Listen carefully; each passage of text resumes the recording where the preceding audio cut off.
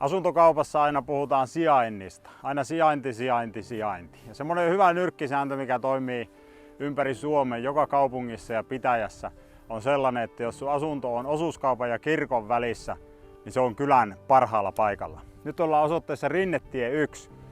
Ja tästä todella siistikuntoisesta luhtitalosta on myynnissä hieno 66-neliöinen kolmio.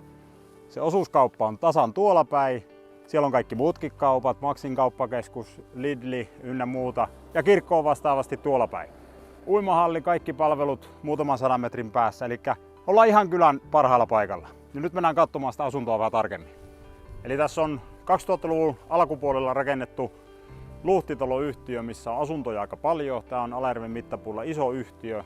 Ja tämän asunnon yhteydessä on mahdollisuus ostaa myös autokatospaikka. 66-neliöinen kolmio on kyseessä ja erillisellä vessalla.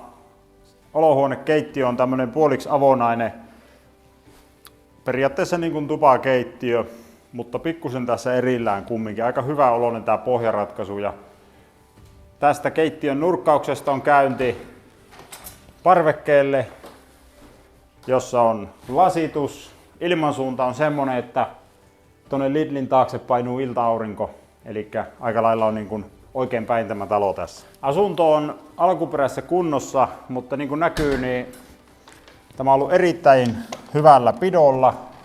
Tässä ei ole asuttu ihan koko aikaa, eli käyttöaste on ollut aika matala. Asunto on todella siistissä kunnossa. Tämä talo on tosiaan kaukolämmössä. Tästä taloyhtiöstä on jostain syystä asuntoja hyvin harvoin myynnissä. Ja nyt tästä olisi tarjolla tällainen kolmio, eli 2 makkaria löytyy. Tästä jos jatketaan kierrosta, niin se pesuhuoneen vieressä on erillinen vessa. Näille neliöille se on harvinaista herkkua, että vessa on erikseen. Sitten on isompi makkari. Ja täällä on kaapistot, vaatekaapit nurkassa. Ja sitten on toinen makkari, joka toimii vierashuoneena tai työhuoneena tai lastenhuoneena tai mikä se tarve kelläkin on. Asunto on siistissä kunnossa osoitteessa Rinnetie 1 ja mahdollisuus ostaa myös autokatos. Elikkä nyt ei muuta kuin tutustumaan ja nähdäänpä näytöllä. Moro!